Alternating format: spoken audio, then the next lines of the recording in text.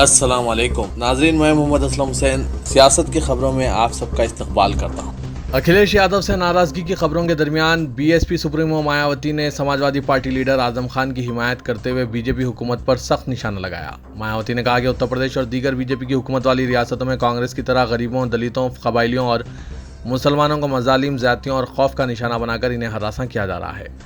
मायावती ने रामपुर के एमएलए और समाजवादी पार्टी का मजबूत मुस्लिम चेहरा माने जाने वाले आजम खान की हिमायत में जुमेरात की सुबह यानी आज ट्वीट किया। उन्होंने लिखा, उत्तर प्रदेश और दीगर बीजेपी की हुकूमत वाली रियासतों में भी कांग्रेस की तरह गरीबों, दलितों, आदिवासियों और मुसलमानों को मजालिम और खौफ वगैरह का शिकार बनाकर हरासा किया जा रहा है। यह बहुत अफसोसनाक है, जबकि दूसरों के मामलात में इसकी मेहरबानियां जारी रहती है। हिंदुस्तान में कोरोना वायरस के केसेस कल के मुकाबले में आज कम दर्ज किए गए हैं। वजारत सेहत की जानिब से आज यानी 12 मई को जारी करदा आदादशुमार के मुताबिक मुल्क में गुज़िश्ता 24 घंटों के दौरान कोरोना वायरस के 2827 नए केसेस दर्ज किए गए हैं, जो कल के मुकाबले में 2.5% कम है। साथ ही इस दौरान वायरस की वजह से 24 लोगों की मौत वाक़ई हुई है, जबकि इस वक्त मुल्क में 19,067 एक्टिव केसेस मौजूद हैं। भारतीय जनता पार्टी के रुकने पार्लियामेंट और सूर्या कंपनी के मालिक राजीव बस्ता के साथ एक बड़ा साइबर फ्रॉड पेश आया है। रुकने पार्लियामेंट का नाम लेकर इनकी कंपनी के अकाउंट से 10 लाख रुपए उड़ा दिए गए हैं। मालूमात के मुताबिक बीजेपी रुकने पार्लियामेंट और सूर्या कंपनी के मालिक राजू बस्ता के बैंक अकाउंट से 10 लाख रुपए काट लिए गए हैं। सूर्या कंपनी के सीजीएम को एक नामालूम नंबर से व्हाट्सएप पर पैगाम मौसूल हुआ था। मैसेज में रकम ट्रांसफर करने को कहा गया था। राजस्थान में मुसलसिल फिरक़ेवाराना तशद्दुद की वजह से हालात कशीदा हैं। एक माह के दौरान रियासत के 5 अजला में फिरक़ेवाराना वाक़यात पेश आए हैं। करौली, अलवार, जोधपुर, भलवारा के बाद अब हनुमानगढ़ में भी तसादुम पेश आया है। ऐसे में सवाल ये उठ रहा है कि राजस्थान में फिरक़ेवाराना तशद्दुद का जहर शहर शहर क्यों फैल रहा है? क्या इसका ताल्लुक आने वाले असेंबली इंतख़ाबात से है? रियासत में अगले साल असेंबली इंतख़ाबात होने वाले हैं। 11 मई को हनुमानगढ़ में विश्व हिंदू परिषद के एक मुकामी लीडर पर हमला किया गया, जिसके बाद माहौल खराब हो गया। हमले के खिलाफ एहतजाज करने वाले लोगों ने सड़क ब्लॉक कर दी थी। मुश्तइल अफराद ने इंतजामिया के खिलाफ शदीद नारेबाजी की। इस मामले में 2 लोग पुलिस की गिरफ्त में हैं। राजस्थान के हनुमानगढ़ में इंटरनेट सर्विस को भी बंद कर दिया गया और 144 नाफिज कर दिया गया है। मुल्क भर में कई मुकामात पर हाल ही में फिरक़ेवाराना कशीदगी के वाक़यात रोनमा होने का सिलसिला जो शुरू हुआ था वो बदस्तूर जारी है। कर्नाटक में मजहबी हम आहंगी को बिगाड़ने की कोशिश पिछले 6 महीनों से चल रही है। रियासत के बेलगावी जिले की एक मस्जिद में कुछ शरपसंदों ने भगवा झंडा लहरा दिया। मस्जिद पर भगवा झंडा लहराने का यह वाक़या चारशंबे के रोज़ पेश आया, जिसके बाद मुस्लिम तबके में सख्त गम व गुस्सा पाया जा रहा है, जिसके सबब हालात कशीदा हैं। मुस्लिम समाज के जिम्मेदारों ने पुलिस में शिकायत दर्ज कराई और मुजरिमों को जल्द से जल्द गिरफ्तार करने का मुतालबा किया। वज़रे के गुज़िश्ता हफ्ते कर्नाटक के चर्च में भी भगवा झंडा लहराया गया था। इसके अलावा चर्च में हनुमान की तस्वीर भी रख दी गई थी। यह वाक़या कडापा जिले में पेश आया था। मुल्क की सबसे बड़ी अदालत सुप्रीम कोर्ट ने गद्दारी कानून पर रोक लगा दी और मरकजी और रियासती हुकूमतों को ताज़ीरात हिंद यानी आईपीसी की दफ़ा 124A के तहत FIR दर्ज न करने का हुक्म दिया है। चीफ जस्टिस एनवी रमना की क़यादत में 3 जजों की बेंच ने गद्दारी के कानून के आईनी जवाज़ को चैलेंज करने वाली दरख्वास्तों की समाअत के बाद अपने उबूरी हुक्म में कहा कि आईपीसी की दफ़ा 124A के तहत तमाम कार्रवाइयाँ मुलतवी की जाती है। बेंच ने कहा कि दफ़ा 124A के तहत जेल में नज़रबंद अफराद राहत और जमानत के लिए मिजाज अदालतों से रुजू हो सकते हैं। बेंच ने मरकज़ से गद्दारी के कानून पर दोबारा गौर करने को भी कहा है। बेंच ने वाज़ेह किया कि जब तक मुल्क से गद्दारी कानून पर नज़रसानी नहीं होती, इस दफ़ा के तहत कोई मुकदमा दर्ज या किसी भी किस्म की तफ्तीश नहीं की जाएगी। मामले की अगली समाअत जुलाई के तीसरे हफ्ते में रहेगी।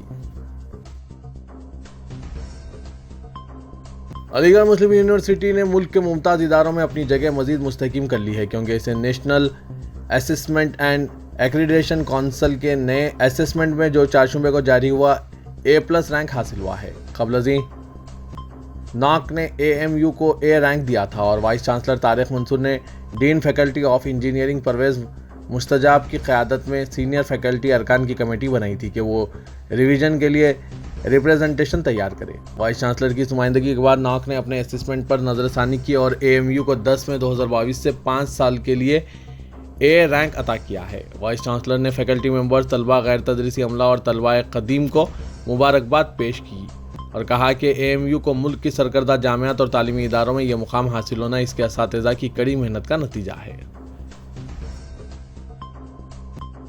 गद्दारी से मुतालिक कानून की दफ़ा 124A मुअत्तल किए जाने के सुप्रीम कोर्ट के तारीखी फैसले की अपोजिशन ने जमकर सताइश की और इसे मुल्क की जमहूरियत की फतह से ताबीर किया है। इस दौरान मरकजी वजीर किरण रिजिजू ने सुप्रीम कोर्ट के फैसले को काबिल एहतराम करार देते हुए इसे लक्ष्मण रेखा करार दिया है और कहा है कि इसे पार नहीं किया जाना चाहिए। अदालत उज़्मा के इस फैसले के बाद राहुल गांधी ने मोदी हुकूमत को निशाना बनाते हुए कहा, सच बोलना हुब्बुल वतनी है, गद्दारी नहीं। सच बोलना कौम परस्ती है, गद्दारी नहीं। सच सुनना राजधर्म है, सच कुचलना राजपट, डरो मत। तृणमूल कांग्रेस की रुकने पार्लियामेंट महुआ मित्रा ने सुप्रीम कोर्ट के फैसले को फतेह करार देते हुए कहा कि आज जमहूरियत के लिए अजीम दिन है। साबिक वजीर कानून अश्विनी कुमार ने भी इस तारीखी फैसले का खैर मकदम किया और मरकजी और रियासती हुकूमतों से अपील की है कि इस कानून के तहत कोई FIR दर्ज न करें। सुप्रीम कोर्ट का फैसला आने के बाद कुल हिंद मजलिस इत्तेहादुल मुस्लिमीन के सरबराह असदुद्दीन ओवैसी ने ट्विटर पर अपना एक आर्टिकल शेयर किया जो उन्होंने गुज़िश्ता साल एक मैगजीन के लिए लिखा था। इसमें उन्होंने लिखा था कि मुल्क में हुकूमत के खिलाफ बगावत की रोकथाम के लिए दफ़ा 124A अब ज़रूरी नहीं रह गया। महाराष्ट्र के शहर नांदेड़ में मौलिक हथियारों की बरामदगी का सिलसिला जारी है। जी हां, नांदेड़ शहर में फिर एक मरतबा हथियारों का जखीरा जब्त किया गया है। जब से नांदेड़ पुलिस ने अपनी खुसूसी मुहिम शुरू की है, हर 2-3 दिन में बड़े हथियारों का जखीरा पुलिस की जानिब से जब्त किया जा रहा है। ऐसे ही एक कार्रवाई के दौरान गुज़िश्ता दिन शहर के एक फाइनेंस वाले के कब्जे से पुलिस ने 8 तलवारें, खंजर जब्त किए हैं। एक खुफिया इतला पर शिवाजी नगर पुलिस स्टेशन के हुदूद में पुलिस की एक टीम ने दुश्मेश फाइनेंस दत्तनगर नांदेड़ के मालिक सुनील सिंह भगत सिंह आर्य के ऑफिस पर छापा मारा और वहां से 8 तलवारें, 1 खंजर, इस तरह जुमला 35,000 रुपये मालियत के 10 मौलिक हथियार पाए गए। पुलिस ने इन हथियारों को जब्त करते हुए मुलजिम सुनील सिंह को हिरासत में ले लिया। पुलिस इस बात की तफ्तीश कर रही है कि इतनी बड़ी तादाद में फाइनेंस दफ्तर में तलवारें क्यों रखी गई थी। वाज़ेह है कि इससे कबल नांदेड़ पुलिस ने 25 तलवारों का बड़ा जखीरा भी जब्त किया था। मुल्क की दारकूमत दिल्ली में चल रही बुलडोजर कार्रवाइयों के खिलाफ सियासत के दरमियान CPI और दीगर पार्टियों ने इसके खिलाफ मुजाहरा करना शुरू कर दिया है। चारशंबे के रोज दर्जन भर से ज्यादा तंजीमों ने दिल्ली के लेफ्टिनेंट गवर्नर की रिहाइशगाह तक मार्च निकाला। हालांकि कसीर पुलिस फोर्स ने सभी मुजाहिरीन को पहले ही रोक दिया था। तमाम लोगों ने बुलडोजर के खिलाफ हुकूमत को घेरा और नारेबाजी भी की। इस मार्च के दौरान हाथों में तख्तियां लेकर फिरके वाराना माहौल के खिलाफ भी नारेबाजी की गई। उत्तर प्रदेश के वज़ीर आला योगी आदित्यनाथ ने चारशंबे की रात उत्तर प्रदेश के पुलिस सरबराह मकुल गोयल का तबादला सिविल डिफेंस में कर दिया है। इन पर इल्जाम है कि सरकारी कामों में दिलचस्पी नहीं ले रहे थे। हुकूमत ने फिलहाल DG कानून प्रशांत कुमार को कारगुजार DGP की जिम्मेदारी दी है। वहीं ये ख्यास आराइयां भी चल रही है कि senior IPS officer DS Chauhan या विश्वकर्मा को उत्तर प्रदेश का नया DGP बनाया जा सकता है। झारखंड महकुमा कानकिनी की IAS पूजा संगल और इनके शौहर अभिषेक को चारशंबे की रात गिरफ्तार कर लिया गया। दोनों मनरेगा फंड के मुबैना गबन और दीगर इल्जामात से मुतालिक मनी लॉन्ड्रिंग की जांच के सिलसिले में ED के सामने पेश हुए थे। शौहर से आमने सामने पूछगछ के बाद दोनों को गिरफ्तार कर लिया गया। दोनों को गिरफ्तारी के बाद तिब्बी मुआयने के लिए सदर अस्पताल भेजा गया। डॉक्टर के मुताबिक इब्तदाई मुआयनों में दोनों मुकम्मल तौर पर सेहतमंद है। पूजा सिंगल के करीबी रिश्तेदारों के मुख्तलिफ मुकामात पर छापों के बाद इन्फोर्समेंट डायरेक्टरेट की तरफ से पूछगछ जारी थी। वाज़ेह के IAS अफसर पूजा सिंगल को ED ने पीर के रोज समन जारी किया था। समन जारी होने के बाद वो मंगल को ED दफ्तर में पहली मरतबा हाजिर हुई थी। ED ने इनकी आमदनी के जराए, मनरेगा घपले में इनके किरदार और इनके बैंक खातों में जमा और नकद रकम से मुतालिक सवालात पूछे थे। बताया जा रहा है कि पूजा सिंगल के मकान से 25 करोड़ रुपए नकद रकम और दीगर असासे जब्त किए गए। ED की इस कार्रवाई का वीडियो सोशल मीडिया पर वायरल हो रहा है, जिसमें देखा गया कि ED के ओहदेदार मशीनों के जरिए नकद रकम की गिनती करते देखे गए और कमरे में जगह जगह नोटों के ढेर पड़े हुए थे। तारीखी कुतुब मीनार में पूजा करने की अर्जी खारिज होने के बाद दाखिल की गई अपील पर सर्किट कोर्ट में समाअत नहीं हुई। हालांकि अदालत ने आज legal action for justice for trust को फैसले को चैलेंज करने वाली अर्जी की कॉपी देने की हिदायत दी थी। अदालत ने कहा था कि पहले लीगल एक्शन को अर्जी की कॉपी दी जाए, इसके बाद फैसला किया जाएगा कि इसे मुकदमे में पार्टी बनाना चाहिए या नहीं। इससे कबल 5 मई को भी समाअत नहीं हो पाई थी। अब अगली समाअत 17 मई को होगी। उधर शिद्दत पसंद तंजीमों ने एक तरह से अदालत पर दबाव डालने के लिए कुतुब मीनार के करीब पूजा करने के लिए एहतजाज शुरू कर दिया, लेकिन पुलिस ने सबको हिरासत में ले लिया।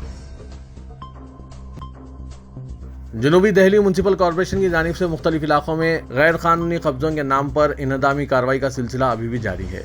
आज जनूबी MCD ने 4 जोनों में बड़े पैमाने पर सड़कों से नाजायज कब्जों के खिलाफ कार्रवाई करते हुए बुलडोजर चलाया। जनूबी MCD ने मधु विहार, चौखंडी, जनकपुरी, छतरपुर, मेहरचंद मार्केट, लोधी रोड इलाकों में सड़कों और फुटपाथों पर किए गए गैर कानूनी कब्जों के खिलाफ बुलडोजर के जरिए इंहदामी कार्रवाई चलाई। जनूबी MCD की इस कार्रवाई से सैकड़ों अफराद का जरिया माश खत्म हो गया। मुल्क के मौजूदा हालात पर जम्मू कश्मीर की साबिक वज़ीर आला और पीपुल्स डेमोक्रेटिक पार्टी की सरबराह महबूबा मुफ्ती ने कहा कि हिंदुस्तान में इस वक्त जो कुछ हो रहा है इसे जल्द बंद नहीं किया गया तो हिंदुस्तान के हालात श्रीलंका से भी बदतर हो जाएंगे। महबूबा मुफ्ती ने कहा कि अगर हमारा मुल्क तलबा, कारकुनों, सहाफ़ियों पर गद्दारी का इल्ज़ाम लगाता रहा तो हमारी हालत श्रीलंका से भी बदतर हो जाएगी। उम्मीद है कि बीजेपी श्रीलंका से सबक सीखेगी और फ़िरक़ेवाराना कशीदगी को रोकेगी।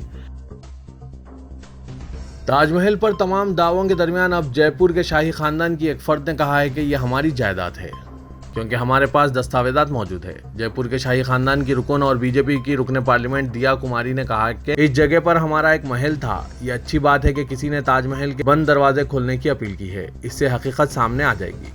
हम अभी भी मामले की तहकीकात कर रहे हैं। रुकने पार्लियामेंट दिया कुमारी ने दावा किया है कि इनके पास ऐसे दस्तावेजात हैं जिनके मुताबिक जयपुर के पुरानी शाही खानदान का महल हुआ करता था जिसे गिराकर ताजमहल बनाया गया था।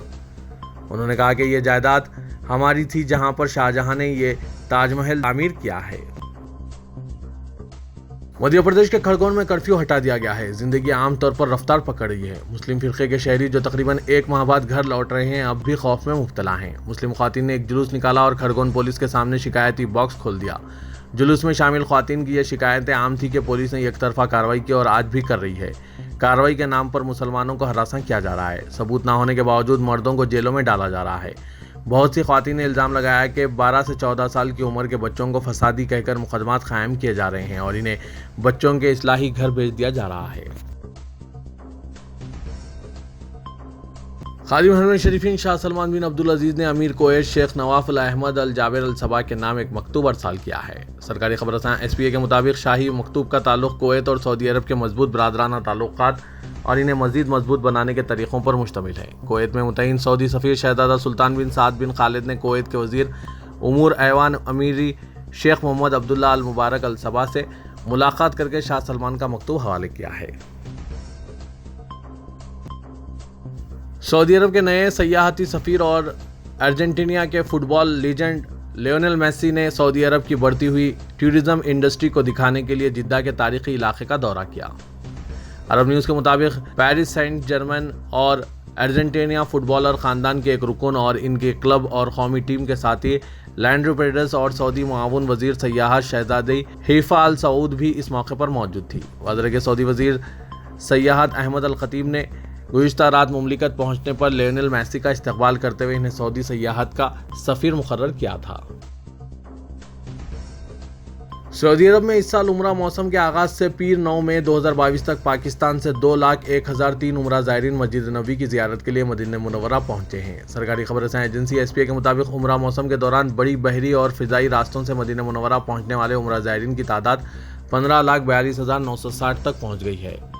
आदादशुमार के मुताबिक इनमें से 13,380 वापस जा चुके हैं, जबकि 9 मई तक मदीना मुनव्वरा में बाकी रह जाने वाले उम्रा ज़ायरीन की तादाद 2,42,580 रिकॉर्ड की गई है।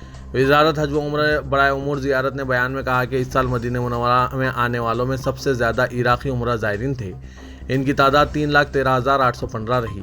पाकिस्तानी उम्रा ज़ायरीन दूसरे नंबर पर रहे। इनकी तादाद 2,01,003 रिकॉर्ड की गई है। तेलंगाना के वज़ीर सेहत हरीश राव ने इंकशाफ किया है कि हुकूमत तेलंगाना बहुत जल्द महकमा सेहत में 13,000 जायदादों पर तकर्रुरात का इलामिया जारी करेगी।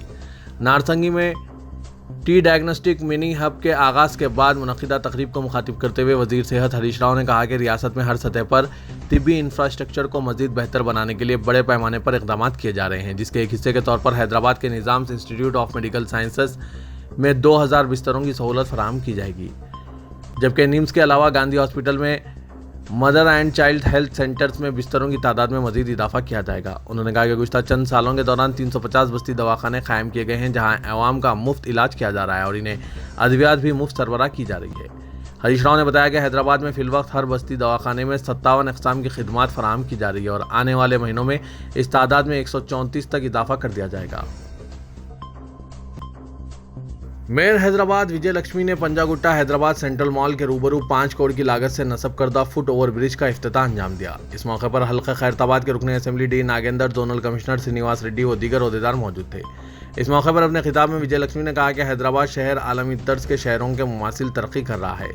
जीएचएमसी की जानिब से अवाम की सहूलत के लिए कई तरक्याती प्रोजेक्ट शुरू किए गए हैं। उन्होंने बताया कि इस फुट ओवर ब्रिज की तामीर से अवाम को सड़क पार करने में सहूलत होगी, बिलखुसूस तलबा और तालिबात, ख्वातीन और बच्चों को आसानी होगी और ट्रैफिक का मसला हल होगा। वजीर फाइनेंस हरीश राव ने कांग्रेस और बीजेपी को समाज के लिए नुकसानदा करार दिया और कहा कि इन दोनों जमातों ने ही तेलंगाना को सबसे ज्यादा नुकसान पहुंचाया है। हैदराबाद के मिनिस्टर क्वार्टर्स में वाक़ अपनी क़यामगाह पर इंदौल असेंबली हल्के से ताल्लुक़ रखने वाले कांग्रेस और बीजेपी के सैकड़ों कारकुनों की टीआरएस में शमूलियत के मौके पर मुनक़िदा तकरीब से खिताब करते हुए हरीश राव ने कहा कि तेलंगाना की तश्कील से कल 10 साल तक मुत्तहिदा रियासत आंध्र प्रदेश में हुक्मरानी करी कांग्रेस ने तेलंगाना को काफ़ी नुकसान पहुंचाया और गुज़िश्ता 7 साल से मरकज़ में इक़्तिदार रही बीजेपी हुकूमत भी तेलंगाना के साथ मुसलसिल नाइंसाफ़ी करते हुए तेलंगाना को नुकसान पहुंचा रही है। Telangana state southern power distribution limited की जानिब से 1271 मखलूआत जायदादों पर तकर्रुरात के लिए इलामिया जारी कर दिया गया है। इलामिया में मौजूदा मखलूआत जायदादों पर तकर्रुरात के लिए 12 मई तक 3 जून के दरमियान दरख्वास्तें दाखिल की जा सकती है। इलामिया में मजमूई एतबार से 1271 जायदादों पर तकर्रुरात किए जाएंगे, जिनमें 1000 जूनियर लाइनमैन, 201 सब इंजीनियर इलेक्ट्रिकल के अलावा 70 असिस्टेंट इंजीनियर के ओहदे शामिल हैं। असिस्टेंट इंजीनियर की 70 जायदादों पर इम्तिहानात का इनेकाद 17 जुलाई को अमल में आएगा। Telangana state southern power distribution limited की जानिब से इन जायदादों पर रास्त तकर्रुरात अमल में लाए जाएंगे। इन ओहदों पर तकर्रुरात के ख्वाहिशमंद नौजवान Telangana state southern power distribution limited की वेबसाइट पर इलामिया की तफसीलात का मुशाहिदा करते हुए ऑनलाइन दरख्वास्त दाखिल कर सकते हैं। तेलंगाना के वज़ीर दाखिला मोहम्मद महमूद अली ने हज़रत जहांगीर पीरा रहमतुल्लाह अलैह की दरगाह शरीफ पर हाज़िरी देकर फातिहा ख़्वानी की और दुआओं का अहतमाम किया। उन्होंने अपनी दुआओं में रियासत तेलंगाना में अमन व अमान, भाईचारा और तरक्की के लिए दुआएं की और वज़ीर आला के चंद्रशेखर राव और इनके अफराद ख़ानदान की सेहतयाबी और दराज़ी उम्र के लिए दुआ की। बाद मुकामी लोगों से बात करते हुए इन्होंने तयक़ुन दिया कि दरगाह शरीफ के अधूरे काम जल्द अज जल्द मुकम्मल किए जाएंगे। तो ये था आज का खबरनामा। खबरों से मुतालिक कमेंट के जरिए आप अपने ख्यालात पेश कर सकते हैं और साथ ही इस वीडियो को लाइक कीजिएगा। तो मैं मोहम्मद असलम हुसैन अब आप सबसे इजाज़त तलब करता हूँ, तो दीजिए इजाज़त। अल्लाह।